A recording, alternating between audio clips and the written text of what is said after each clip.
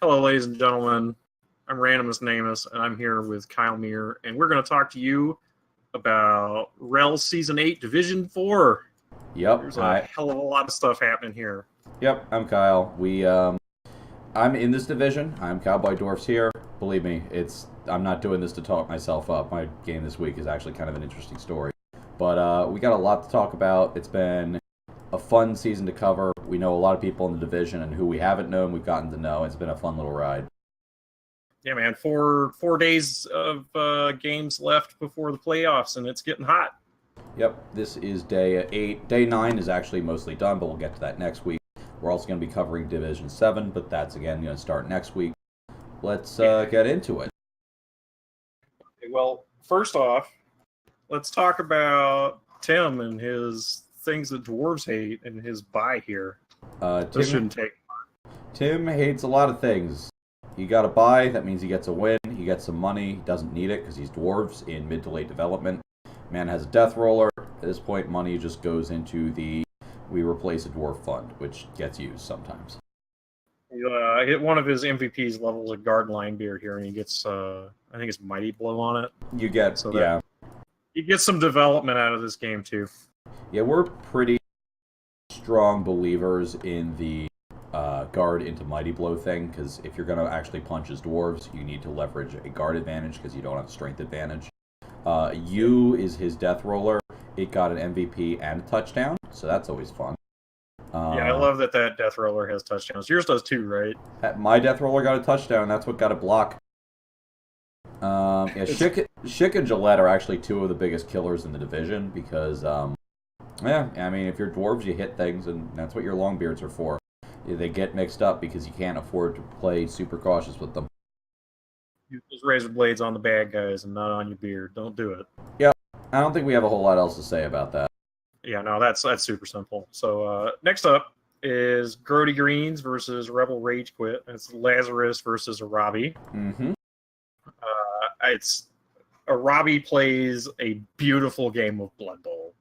He does not give a fuck about the ball, and he wants your team to die in the purest way I have ever seen anybody play. It is absolutely beautiful. I was really lucky to have him as my first game this season. I can absolutely confirm that. He didn't have Claw at the time, which is good against my dwarves. He still beat me 1-0 because you can't really do any fancy things when you're dwarves versus other dwarves. So, yeah, so in a straight-up punching match, he knows how to punch. Yeah, Arabi sort of ignores the ball here, but he's against this Nurgle beast, and they sort of beat him up a little bit. And eventually, Laz runs away with this 2-0 victory because he takes the ball off of Arabi in the second half because he's too busy killing people and putting levels on his bull centaurs to care about that stupid hand egg. I am currently waving my mouse around Arabi's SPP. Yes, he gets more SPP out of this game despite the fact that he does not win it. Because, I mean, Laz is in it to win the division. He's currently pretty much got an uncontested playoff spot. And Arabi is in the mix with the rest of us where it's just sort of a season where you play some Blood Bowl, you try and get some points on your men, and, you know, you try and play the best games you can. And for him, that means he's killing as many dudes as he can, which, I mean, hey, that's a way to play Blood Bowl. I play Chorfs myself, and I have mocked up Arabi's team to play with a little bit, and it is a lot of fun. The result of this game is... I've learned what the Bull Centaur piling on animation looks like. It's pretty beautiful, actually. He gets Mighty Blow and piling on his 2 Bull Centaurs. The first one gets blocked into Mighty Blow, and then the second one goes block Mighty Blow into piling on. I mean, I respect that. I think they're great blitzing pieces, and you don't necessarily have to make a dedicated ball-handling bull. It's nice, but sometimes you're just going to do a handoff, and sure hands doesn't help with the handoff, really. It just helps if you're going to put it on the guy for a while. Don't need a ball carrying Bull Centaur if you're not going to touch the ball. Yep. I have seen Arabi make dodges and GFIs to foul a man instead of picking up a ball. He knows what he wants from a game. I've seen him make dodges and GFIs with the ball carrier to get that foul done. And we'll talk about that next week, because that was a hell of a match. But that was a good match. For right now, we can just say that Laz plays to win. His 8-0-1 record sort of says a lot about that. And yeah, he did good. He plays conservatively. He'll beat your team up if you give him a chance. It's good. Yeah, I mean, my match versus Laz, he removed a dwarf turn 1, removed my death roller turn 2, and I fought for my life. He 3-0'd me. Play conservatively anymore. No. But, you know, he said he felt bad about halfway through, but nah, man, that's Blood Bowl. I'm happy. Relish the death of a dwarf every time. Oh, yeah. I mean, it's like elves, but less so. Speaking of elves. Yeah, so talk to me about elves versus dwarves, Kyle, because you apparently won your game against these elves. I did. The MVP in the game is that fucking snowstorm. Because that fucking snowstorm, in addition to making GFIs incredibly treacherous for both of us, so we mostly just didn't make them, because I prefer to play cautiously if possible, but, you know, you just get going sometimes. It means you can't throw the football. And when you can't throw the football, playing a super defensive back game, which that's an excellent Wood Elf coach. I'm learning a lot from watching him. Played super far back, got me to commit to one side. I overcommit a little bit, like I commit one of my runners, that should be my safeties. Jukes hard the other side because, you know, movement 7 versus movement 4. And has a catcher in my end zone, then realizes can't quite midpoint it to get the ball there because you need to do a handoff. Oh, the snow stops him, huh? Yep. So I immediately, I don't know if I surf or I just hit the catcher down. I'm pretty sure I surf it out my own end zone, and then I just surround the Wood Elves with dwarves, make sure they're touching dwarves with all that tackle, and I just hit Wood Elves to death. So this is you prevent Thessa from scoring on a drive, and then you score on yours? Is that how this goes? Exactly that. I prevent Thessa from scoring on the opening drive, and then I score on mine. My notes are that you basically put him in a trash compactor and killed you killed a guard elf. Oh yeah, that elf had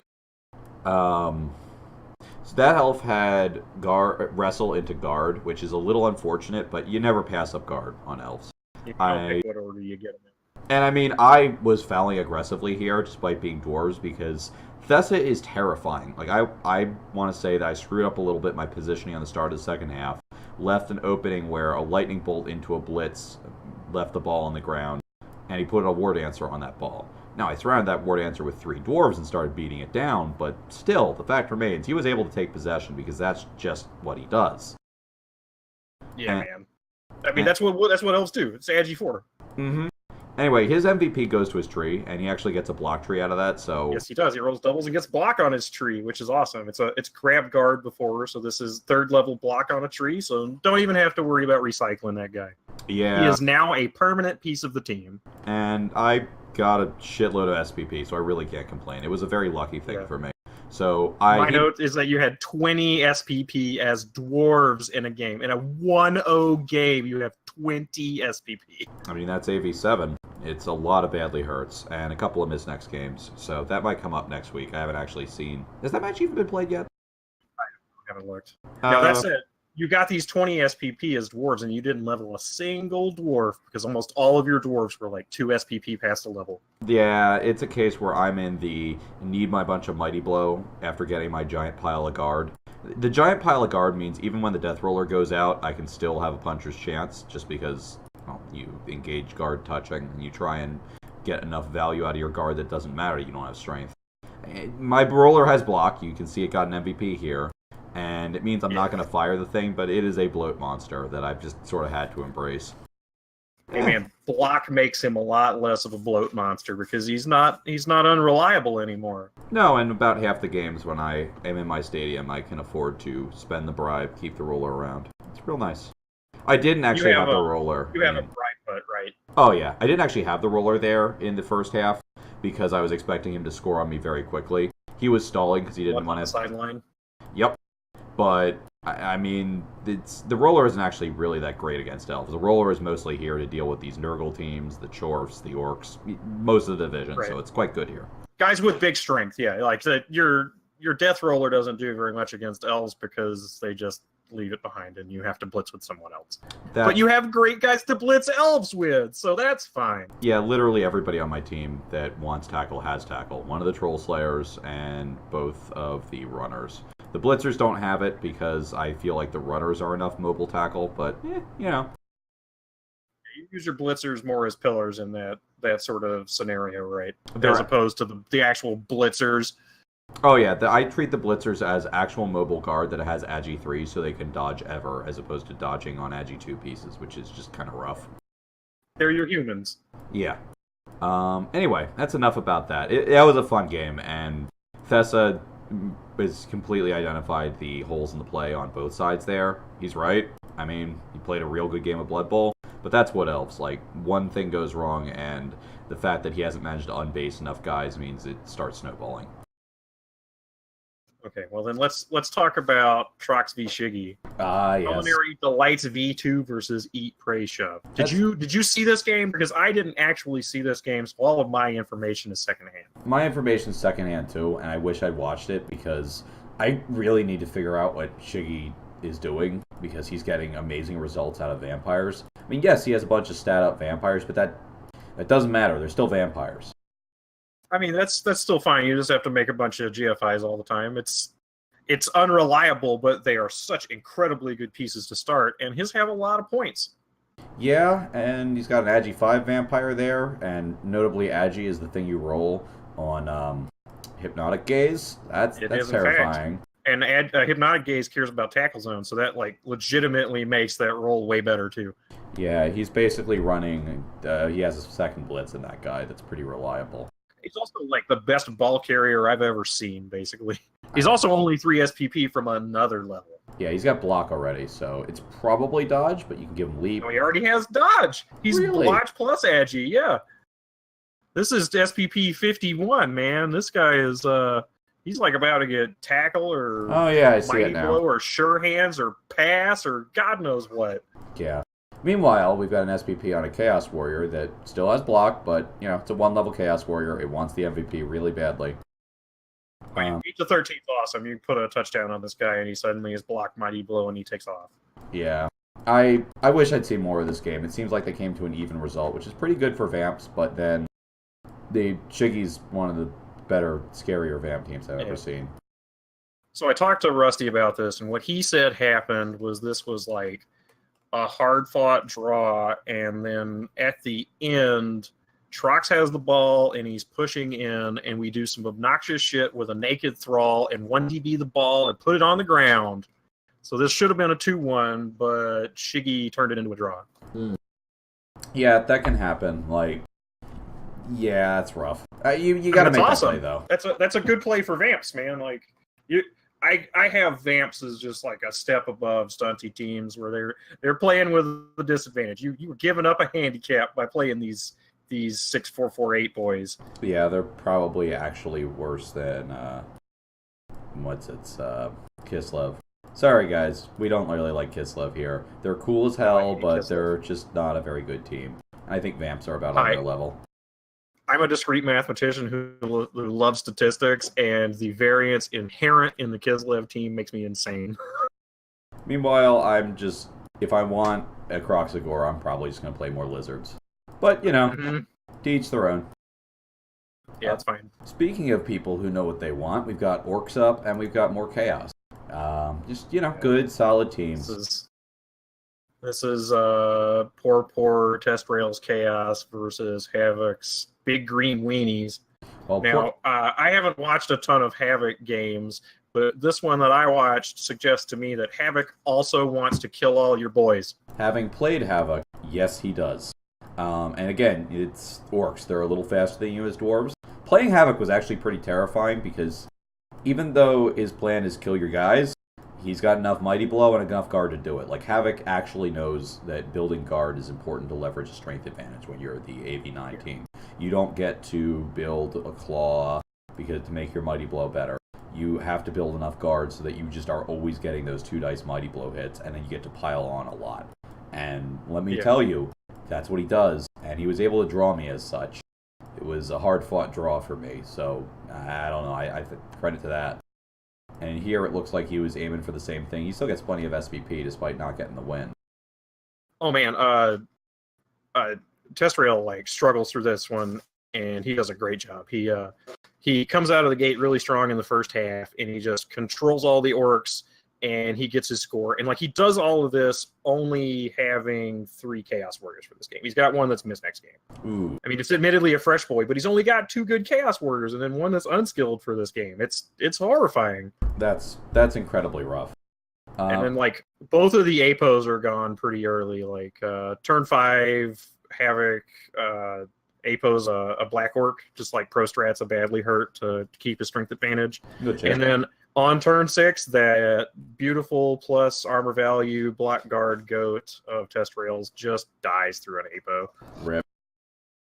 Yeah.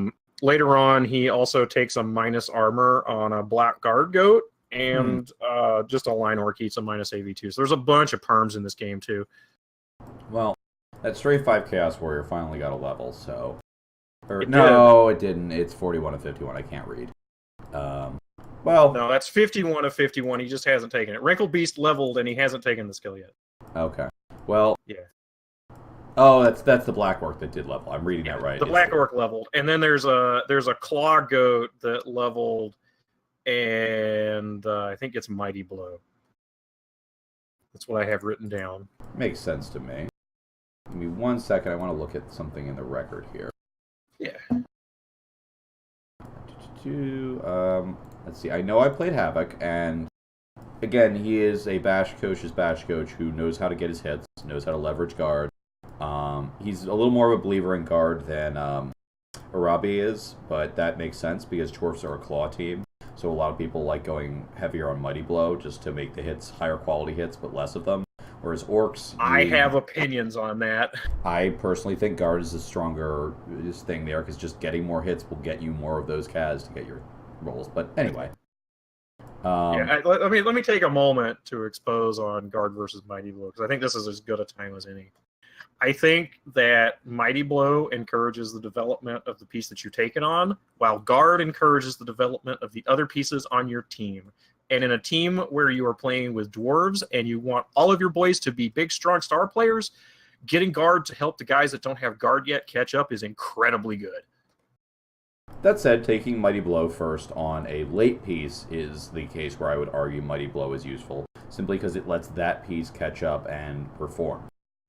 I totally agree with that. But, like, I think that the first 3 to 4 levels should almost certainly be guard, just so that you can keep taking all of the punches to keep everybody leveling. Because if you commit really early to these Mighty Blow claw pieces, then you're having to take guard later on the lower SPP guard dwarves, so that then your Mighty Blow claw guys can keep taking all the SPP, and you just create this giant chasm between your low SPP dwarves and your actual killers that's very hard to close. Yeah, okay, I have played Test Trail before. I played him when he was still packing at Minotaur that had a bunch of levels on it, and it was AV7 because it had just eaten a minus AV. I put it in the ground really early versus him, and I'm really glad he ripped the Band-Aid off and got rid of the Minotaur. I think that thing was dragging his team down, and I think he's probably benefiting from not having it. Yeah, probably. I am not a big fan of Minotaurs. I don't think it goes on either team. I'm of the same opinion. Like, they're a fun piece, don't get me wrong. It's a neat piece for surfing. But I feel like you get enough action out of just your Chorfs and your Bulls or your Chaos Warriors and Goats. Like, yes. You pay too much for the utility that a Minotaur gives you, but you don't really get a full deal because you get an unreliable Minotaur. It makes me crazy. Yeah, it makes me crazy too, because you've got so many other great things to blitz with. It turns out, line dwarves are amazing to blitz with, especially when they reliably get claw. Same with those whole goats that just have horns. Anyway, we've talked enough about this. I feel like these are both solid coaches. We're going to cover them a little more later. But let's talk about Necro versus Orcs. This is some more Groons. We know both of these guys for sure. I live cast this game. This is Jimmy Burrito versus Rusty Sea Butter, who do recaps as well. They're doing, what is it, like 8 and 9A or something this season? That sounds right. So, yeah, this got Paris Stilton, the second level, which got Paris Stilton Dodge, which is an important level because Jimmy's Wolves died horribly, and he's been rebuilding. And this got Hoops a level, which got him blocked. And fuck Hoops. Blocked. That's a dirty player or line orc gets blocked, so he's He's doing his hoopsy best to just be bad at everything he does. Yeah, we were rooting for his death the entirety of the game because, long story short, fuck hoops. Other than that...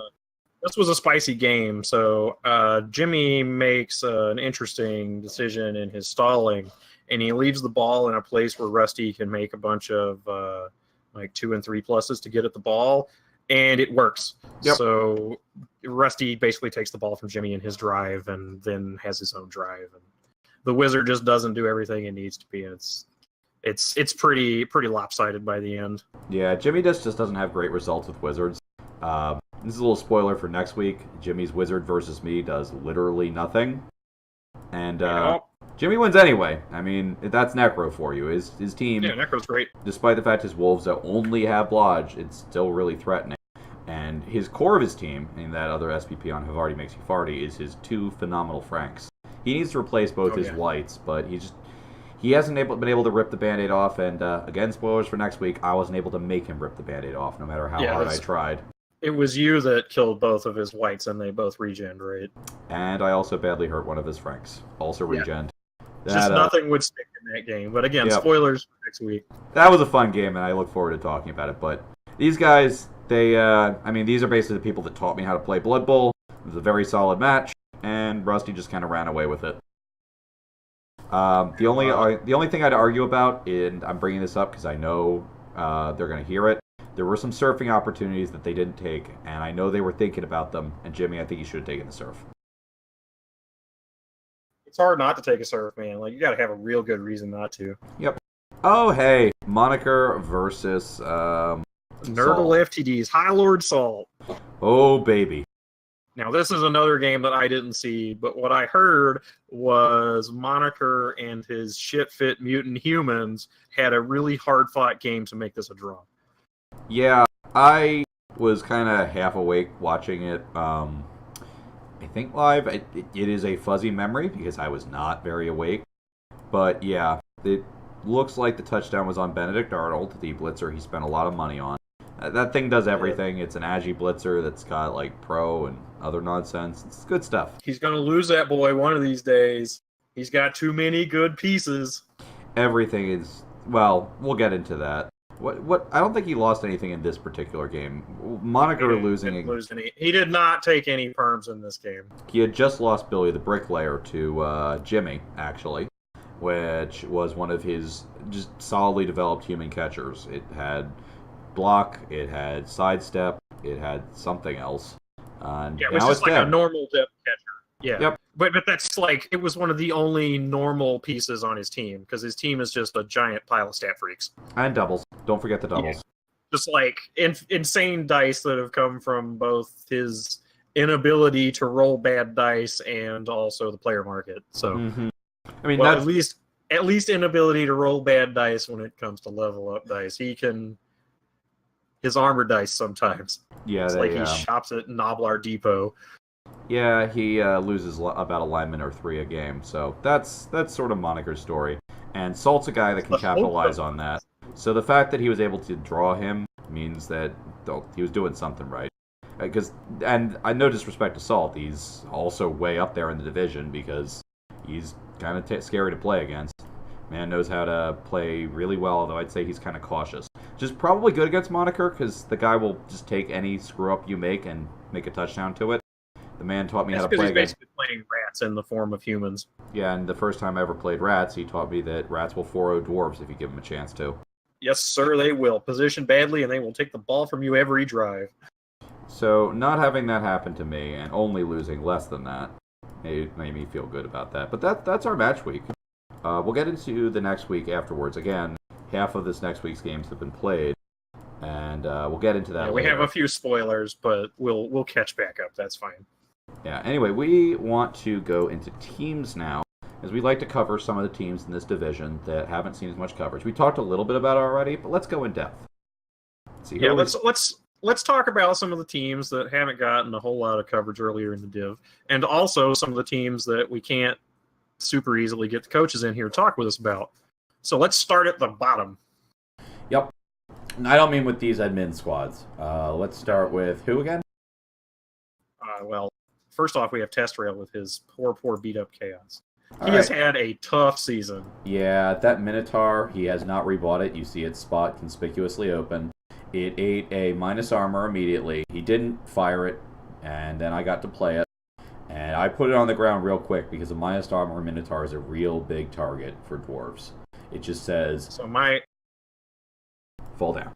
There's a lot of things that I have a lot of issues with on this team, and none of them are Test Rail's fault. No. I think that what he has left here has no direction. Like, he has this nickel beastman that gets to do sweet killer stuff, but it doesn't have block, so it's unreliable.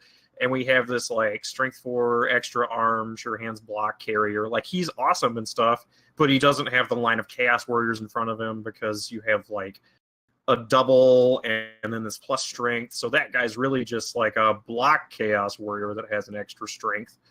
And then like a guard and a tackle is cool against like elves and stuff, but you don't have the ability to reliably remove, which is sort of important for the Chaos plan. Now, I assume that there was probably some Mighty Blow and more block and potentially guard and stuff on these other 2 Chaos Warriors that have died this season. Yeah. And ditto, like, in his Beastman. He had a bunch of levels in his Beastman that have since died, too. But now that you don't have this wall of Chaos Warriors that are developed out in front, you're just going to lose all these Beastmen because that's what people are going to hit now. Basically, we've got half a Chaos team left, and he needs to develop a couple of key positionals. Like, that seems to be the thing about Chaos, and he knows how to do it. Like, basically, he's going to need to get your classic wrestle, tackle, strip goat going on. I feel like his carrier's just fine. He can leave it. He's just going to need to protect it because, again, that's his most SPP. Exactly. I think that your goal for this season at this point is to do everything you can to protect Freud so that you get into next season with Freud intact and you get to have this wonderful development season. Like, I would probably spend the rest of the season trying to, like, get a touchdown on Gladwell and then a couple of touchdowns on this other new Chaos Warrior and put block on them and, like, get the vanity passed on Beastman, the Beastman that you hired because he was a loner and, like, all of that stuff. Just like find all of the levels that you have easy access to and get ready for next season. Pretty much. I mean, you've got 2 really solid Chaos Warriors up front. Yes, but like you have to be really careful with them because you're in a season with a Robbie and Havoc and all of these other people who want to fucking kill him. I think he's played most of them already. Let's go into the history of this. Well, I mean, who in this division doesn't want to kill you besides the elves? Monaker. Actually, no. Monaker's actually really threatening. Monaker's got a lot of guard and a lot of Mighty Blow for what he is. Touche.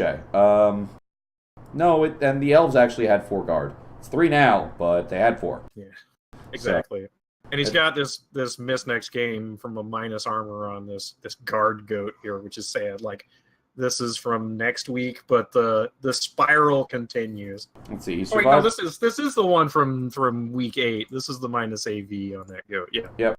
He survived Rusty. He survived Jimmy. He survived Grody Green, so he survived Laz. He survived me. He survived Arabi. Survived the Vamp. Survived Salt.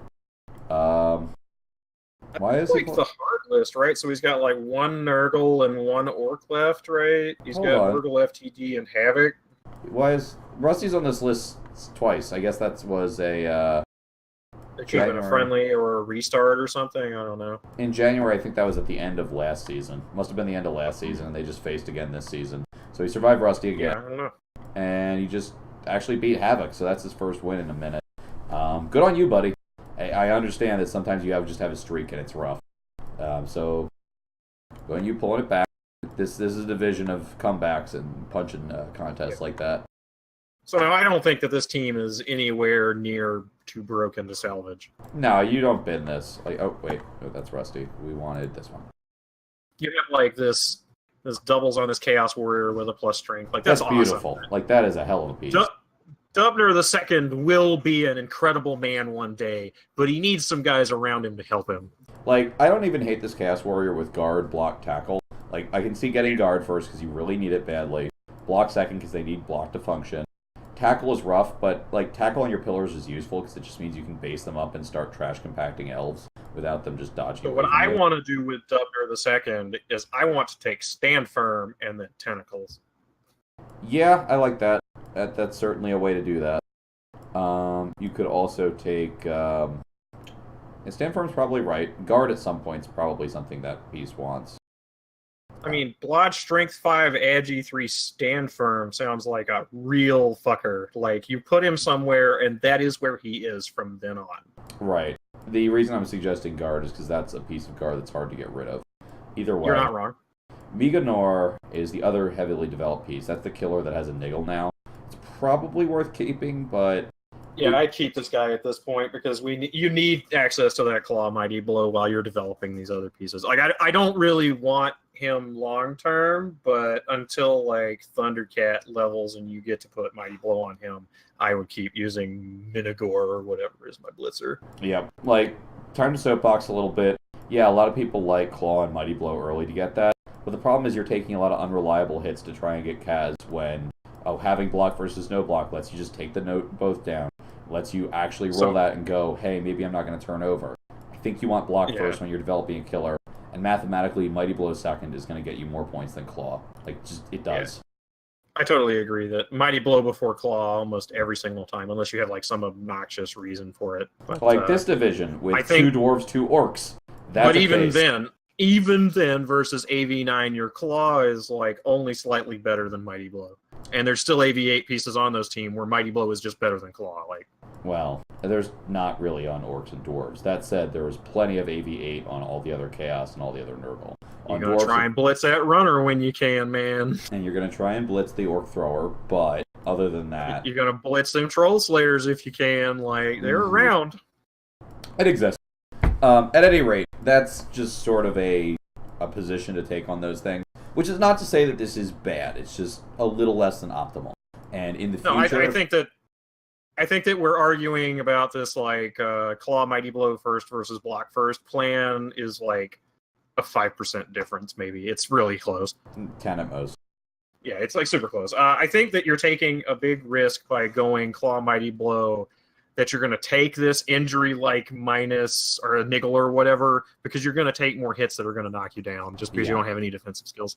Like literally anything on a 2-die knocks you down most of the time. And that's why block is valued over these things, because block is just that good. It not only lets you hit better, it lets you defend. Yeah, it's... Speaking of getting hit better, I hate to say this, but you're probably going to need to fire Maslow. Like, a lot of... Some perms you can live through. Like, I'd take an Agi bust on this goat and keep him around. But, man, taking an armor bust on a piece that is going to get hit as a guard piece, he is going to go down when he shouldn't. That's hard. Now, in my opinion, at this point in the season where you're on basically development, I think Maslow's job is on the line. He sits between 2 goats and is the one in the middle. It's hard to knock down until he fucking dies. And he eats the fouls because people are going to want to foul a developed piece with a armor 7. Oh yeah, this guy is like a foul magnet. He prevents the rest of your team from getting hurt so much because he looks appealing. Yep, you want to foul the shit out of him and his hierarchy of needs until it's off this planet. Exactly. Also, another thing I want to talk about this team. How do you feel about this coaching assistant? I don't like it. I don't like ever putting points in coaching assistants or cheerleader. Sorry, it's just not a thing I like, especially when you only have 50K in the bank. Now, granted, I don't know what he did it, so it's entirely I have no idea how long he's had this. He's probably had it since, like, the start of this Chaos team. It's just that is literally the first thing to cut. Like, I would cut that if it let me get a babe for not paying 10K. Like, granted, its impact on an average game of Blood Bowl is negligible. He's way under the rest of us, so he's already getting a bunch of inducements. I'm kind of glad I played him already, and he had the Minotaur, because otherwise he would have been able to induce, like, I don't know, some anti-Dwarven meteor against me or whatever. Okay, would you like to move on to our other Chaos team?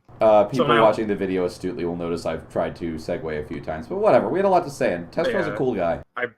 I blame me. Yeah, so Tim is actually in 12th instead of Culinary Delights here, but we can get Tim on to actually talk about his team when we talk to him, and then we'll just have like a dwarf fest for an episode. Yeah. So we're going to cover this other Chaos team instead. There it is, Culinary Delights V2. This actually does double duty, because I have him coming up, and I want to scout this team. Oh, look at you doing scouting work. Hey, man. Cheating. Now, this I like a lot. Granted, he has eaten a a few nasty injuries, like that movement bust on that first Chaos thing Warrior. that jumps out. Yeah, the first thing that jumps out is all these perms. But now he also has been having a tough time with his Chaos Warriors. Like all of his development is on his Beastmen still, and that means that they get punched and grow all these perms instead of the Chaos Warriors with their armor value 9. That said, I feel like the perms he's keeping are just fine. Like, yeah, totally. Wrestle, tackle, strength. That is an excellent goat. So you keep the niggle and you ride the snake. Like this niggle goat is easily the worst of the perms, and 3-level plus strength goat I keep with a nickel every time. Yep. Like I have no idea when he grew this niggle, but even if it was a rackle goat, I probably would keep it with the nickel. Yeah.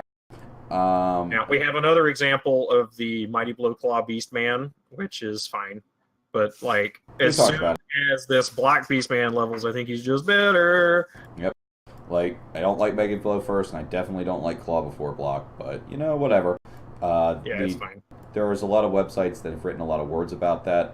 I disagree. There's math. Eventually we'll show it when we have time. But for right now, that's the scary piece. Like I'm gonna be trying to hit that down as dwarves. And I have Block where it doesn't. Now this is another team where I think that your focus for the rest of the season is just putting points on your boys. Like you can easily level this Black Chaos Warrior and easily level this 5 out of 6 Chaos Warrior. Like just get a vanity pass on that guy. Mm-hmm. And then you also have this Black Goat that's 2 away and this other Goat that's 1 away. So you have like 4 levels that are super easy to get. And then maybe you like consider cleaning up one of these like skilled goats just to trim your TV a little bit. But I think it's your biggest goal is you want to put like another 100 SPP on these Chaos Warriors in the next season. That's what you want. So, yes, and especially because he's running into the late era Chaos problem of who do you throw on the line as sacrifices. Yeah, it's these 3 goats at the bottom. Yep. And also, please note, he is running a 13-man roster, so he's floating these 2 goats as extras. That's why they're 0-6, I suspect. You got it. And this is another team, FYI, that has a cheerleader and a coaching assistant. I don't like him, but again, he's actually comparatively efficient in team value. I feel like that's just a case where you fire it to game inducement. Again, he's in a division full of bloat monsters, so he doesn't have to care. Yeah, so I think that he's only TV efficient because he's in a division full of bloat monsters. I think that in a division full of 15 and 1600 TV teams, this team is not nearly as good. No, it's not. Like, these perms really bring it down. The fresh Chaos Warriors bring it down. And honestly, I feel like you probably only get to have 1 extra goat in a division like that. So that's 60 off, and then another 20 from the cheerleader and the coach. So that takes him down to 1,500. That helps a lot. Yeah, like that cheerleader and a coach is a third of a Beastman. I'm just saying. Mm-hmm. No, I think you take off the second spare and both of those. You don't really get to run around with that in a division like that. Yeah. But that said, I actually really like this team. Like, Ball Carrier with 2 heads, that is nice development on a piece like that. Guard, Block, Mighty Blow. It's a great combo. I like it on the Goat. I like it on the Beast. So now, Chaos Warriors. What do you get on Garuxa when he levels here in 3Ks? Garuxa. I know what I would get, but what do you think the Trox is going to get? So that is an interesting note about his team. He has exactly 1 tackle, and it's like on a guy with a perm that if you're Elf, you just put this man on the ground or let him do it himself at the wrestle, and you put the boot into him. So yeah, you might actually get considered tackle on this killer, which is the snakiest of snake moves. But you might need more tackle. Like, only having 1 tackle is risky. That's part of the reason I take dodge on dwarves, which people look at me funny and say is weird. It is a little weird, but it means teams that don't have tackle like this just can't do as much to them. That's not true. That's not untrue. Like, I think I would take Block on that man and just turn him into, like, the actual de facto killer. Oh, yeah. But I can see an argument for piling on. Yeah, that's the other argument. There is no piling on in this team yet. You want Block, then piling on. And plus armor, so you can survive the foul better, right? Yeah, that's how that worked out for Test Rail. No, well. Rip armor, Goat. You died as you lived. A goat. Yeah, exactly. Yeah, this is a neat Chaos team, and this shows actually a little bit more of the whole Beastman specialization that covers Chaos. And I feel like he's probably going to keep the minus movement Chaos Warrior because it still does its job okay. You don't really have the luxury of recycling that when you're already raising 2 new Pokemon. Oh yeah, minus move Chaos Warrior is fine. He just gets to be one of the middle 2. Mm-hmm. But Yeah, I feel like this is a team that's not in as rough a position, just because I think he's been blown up a whole lot less, which is unfortunate because I am facing him soon. The part I'm happy about is he's only got 1 claw, and it's on a guy without block. And with 6 SPP to go, I mean, he might not get there. He might get there. We'll see. I need to run for a second. Be right back. All right. In that case, I'll get us set up on the next team. Right, we're going for Havok's Big Green Weenies, which, oh hey, he has a level to give his men. This is our man who got a level on one of his 4 Black Orcs, the Wrinkle Beast. Let's see. He's got guard on basically everything except for his killer. He's got guard on his troll and grab. That thing is in good shape. You probably burn it down if you don't get a block on it, but in the meantime, it's certainly doing its job, and in a bash-heavy division, you want the troll. Non-bash division, troll is a bit of a liability against a lot of elf ball and dodge, but right now I think it's doing a fine job. His blitzers are a killer that is leveled in, well, arguably the right order. Piling on before tackle, depends. I mean, he got tackle earlier here, so that's fine. And he's got some frenzy, got some dauntless. Honestly, at this point, that thing is looking to maybe take pro. I mean, what else do you want on it? It's great. The other option is fend when it becomes a legend, just so it dies a little less quickly, but I don't think that's something Havok's afraid of. His other guy has some strip ball going on, also some guard and some tackle, just a very solid utility blitzer. Then we got a Mighty Blower with pro. This is for when frenzy is unsafe. I actually really like that. I play a lot of teams that have frenzy. I think you want one frenzy to threaten the surf, because when you threatening the surf means people can't safely play on the sides against your slow ass. And this guy, on the other hand, can blitz a lot more safely, because sometimes you don't follow and pile on. Sometimes that's a frenzy trap. Ramburglar? Yeah, I'm saying Ramburglar is what you want to blitz on when frenzy is not being trapped. But if you're frenzy trapping them, you can just blitz with Slim Reaper, and that's fine. Yeah, Slim Reaper's here. That's fine. He's ready. He is ready to delete a boy. Like, you think Ramburglar's going to make it to legend? He's well on his way. I actually talked about the skill choices before you were here. I've been just sort of going from the top. I think that man wants potentially fend or pro, just to keep him alive longer, or just get those free rerolls out. I take pro on him. Yeah, I think. I mean, like doubles notwithstanding. Like I'd take dodge on this guy in a heartbeat, but pro seems great. Or I might even take jump up on him if you roll doubles. Oh, jump up with a piece like this is beautiful. You could also, if you just get normals, and this is a spicy tip from watching Rusty's Orcs and playing a lot of dwarves, take stand firm. Lets you play the sides. I really like stand firm is a good skill. I actually strongly recommend stand firm if you just get normals on this guy. It means that after you surf a guy, you just don't give a shit. Stand there and just smile at them. Yeah, if you think that sidestep is a good skill, so is stand firm. Mm-hmm. Fend is also in that realm, but I don't necessarily think it's as good as either. I think it's a better defensive skill than either of those, but still maybe not as good at positioning. Yeah, it's less good on a killer because the killer wants to hit you back. Yep. And Niagara is just another killer in training. I really think this is an interesting build. Like, he doesn't get as much guard out of his blitzers, but he's got guard on 2 of them. This team has an incredible amount of SPP. Especially with, like, the Black Orcs that all have guard. Like, he went block, guard on his Black Orcs. Like, that's aggressive and huge. This man... Also, you can see, again, how I feel about not taking block early on, boys, from this minus movement Black Orc here that doesn't have block. I personally think that thing is dead. Like, I think going from 4 to 3 is just a little too bad, but, whatever. No, that guy's fine. That guy's fine. With 28 SPPs, 3 SPP away from being, like, block Mighty Blow guard, I think he's fine. He just stands in the middle like a minus move Chaos Warrior would. Anyway, for this level on Wrinkle Beast, hey, Havok, you do you, but my personal recommendation, try stand firm. I think you'll like it. I wonder if this is like a double or something, because he's had this level to take for about a week now. If you got a double, dodge, blodge guard, and then stand firm later, is annoying as shit to hit. Would you take plus move on this guy? Because I probably would. Oh, yeah. You want some more mobile guard and some more mobile pillars on a team like this. I would fire this block wrestle lineman. I think that wrestle on orc lineman is amazing, but you probably take that first if that's what you want. Yeah. And the other lineman is miss next game. He's 5 of 6. Whatever, you keep him around. Yeah, exactly. I would also love to have another player on this team. You have 140K, I'd buy a lineman. Yeah. Like, it's a little less useful this game because you have this mixed game lineman, but, like, that's fine. Might even buy two. You can buy two and just recycle this block wrestle guy. Like, sorry, Yeah. I don't like it. And I think you'd be better off rolling fresh ones. Other options? I don't. Like, I get block and I get wrestle, but I don't really get block into wrestle. That just kind of... It seems like wasted TV to me. Like, I get what you want to do. You want it to be a man that stands up but can also knock people down if he needs to, but give him tackle or something, or like freaking anything. Kick, dirty player, fend. Yeah. No, seriously, orc linemen are amazing, and taking a few extras doesn't hurt you because 50 is...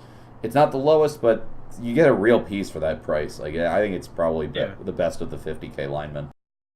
Exactly, I agree. His armor value 9 lineman is awesome. He turns into a real piece because he doesn't just die from getting punched all the time. And your team really wants 3 idiots that can get punched all the time. Yeah, because I wouldn't really want to have any of these other pieces get punched all the time because they're all real pieces. Like, I guess you can put the troll on the line and that's just fine. But no, it's like still terrifying. It's a no block piece with 22 SPP that you're putting on the line. Like, yep. Again, especially in this division full of fuckers that have claw on their boys, that troll can die. Yeah, speaking of, I'm going to check the history. He played versus Vamps first. And got blown out, but hey man, that's Vamps sometimes. Played versus Monaker. Monaker almost outguards them, and he's an orc that respects guards. Played versus Salt. Did you mean Monaker's team or Rusty's team there? I meant Monaker potentially outguarding Havoc. He doesn't actually outguard him. He was even at the time. I don't think he had the troll at the time. Sorry, I misclicked him. No, you're fine. Yeah, well, no, this is for the viewers. I misclicked. I gotcha. He played versus Nurgle and got 3-0'd. Hey man, I've been there. It happens. Played versus me. Yeah, sometimes the Nurgle wins. Oh, yeah. He got his bye. Played versus me. We drew. And he was able to get a win versus Robbie. Which, I mean, we've been talking about teams that haven't had a win in a while. Good on you, man. It feels good.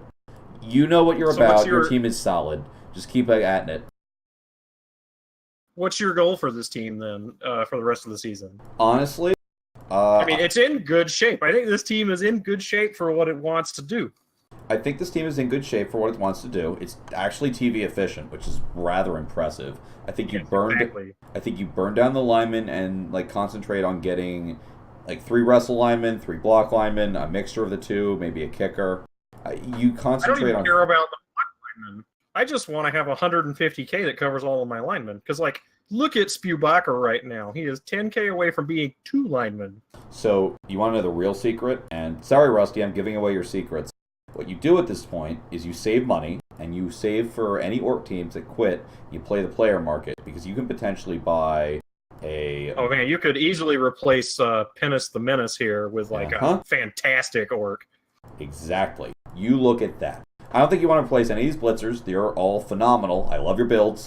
You could potentially place the troll with a block troll if there are any on the market. I don't know if that exists. I would upgrade a black orc first. Like, guard grab troll is still pretty good. Yeah. And I think you potentially consider buying a 3rd lineman. And if you can cycle Spewbaka and afford it, you do it. But other than that, just floating money is not the worst thing. You know, I think you might be right there. That's something I hadn't really considered. But at this point in the season, and as TV efficient as his team is, he might be able to float like 300K or 400K at the end of the season. He could legitimately buy like 2 obscene black orcs for this team. Oh yeah, that's what Rusty did. Again, sorry to give away the secrets, but it's a way to game it. That's how Monaker built his team. Like 3 of the freaks on that team he bought last year. I mean, I'm floating money on dwarves, but you just don't get dwarves in the player market. Dwarf players are just sort of in it to not so much win it. In it until they die. Yeah, that one. But anyway, that is our 3rd team for coverage. I think we're going to cut it here, but I've really enjoyed this division, both playing in it and watching in it. And even for the people that like we just highlighted, my record is pretty much even with theirs. A lot of us are just happy to have a puncher's chance in a division that's this rough. We might eventually get into the race for the top because we've got a real interesting race between Laz, who is pretty solidly at the top of the division, and the next 4 teams, which Thessa is one of the better elf coaches ever played. And we know Rusty and Monaker. They're very solid at orcs and humans. And Salt, who is a very different playstyle of Nurgle compared to Laz. I'd say he's more cautious, but he's very good at what he does.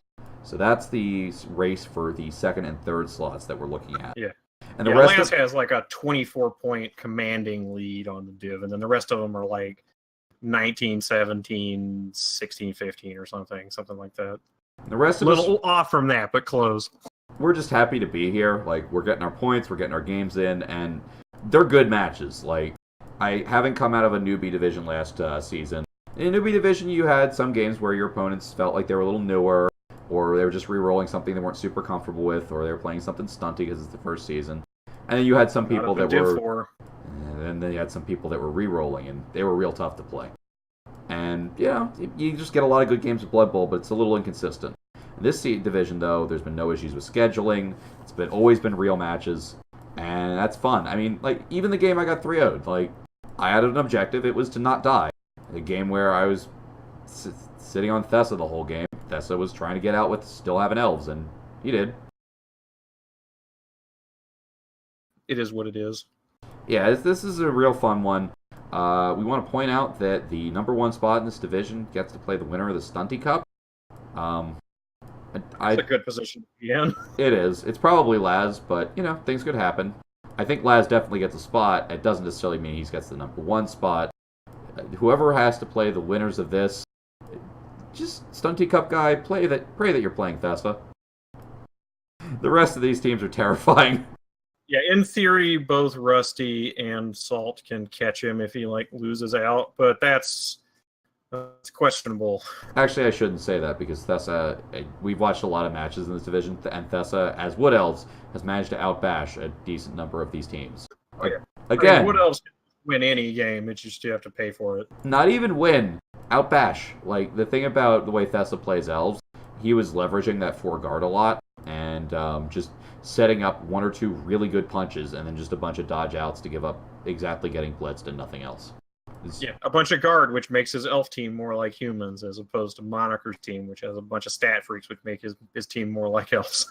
It's rats with as much guard as your average, bashy team, and yeah. I mean, granted, Monaker pays for it with bloating into the, why is he at 1600 TV? Into the sun! It's because Mog is missed next game right now. Oh, right. Yeah, he's been eating perms for it all season because he has too many good players. He needs a defense. Spoilers for next week. Mog has been felled a little bit. Yeah, well, that's going to happen.